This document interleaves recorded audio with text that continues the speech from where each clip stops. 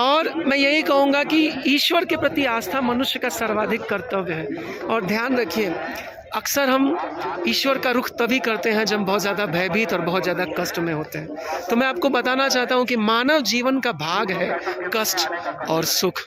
तो अगर आपको मानव की योनि प्राप्त हुई है तो आप इससे कभी भी भागे नहीं, कष्ट से कभी भी ना भागें, बल्कि कष्ट को अपने जीवन का एक भाग बनाएं, क्योंकि कष्ट ही आपके जीवन को विशाल और आपके जीवन जीने के तरीके को और भी ज़्यादा समृद्ध बनाता है। मैं कुछ और तो नहीं कहना चाहता, बस यही कहूँगा कि मनुष्य की योनि में जब प्रभु श्री राम का जन्म हुआ तो उन्हें भी 14 वर्ष के वनवास का कष्ट काटना पड़ा था।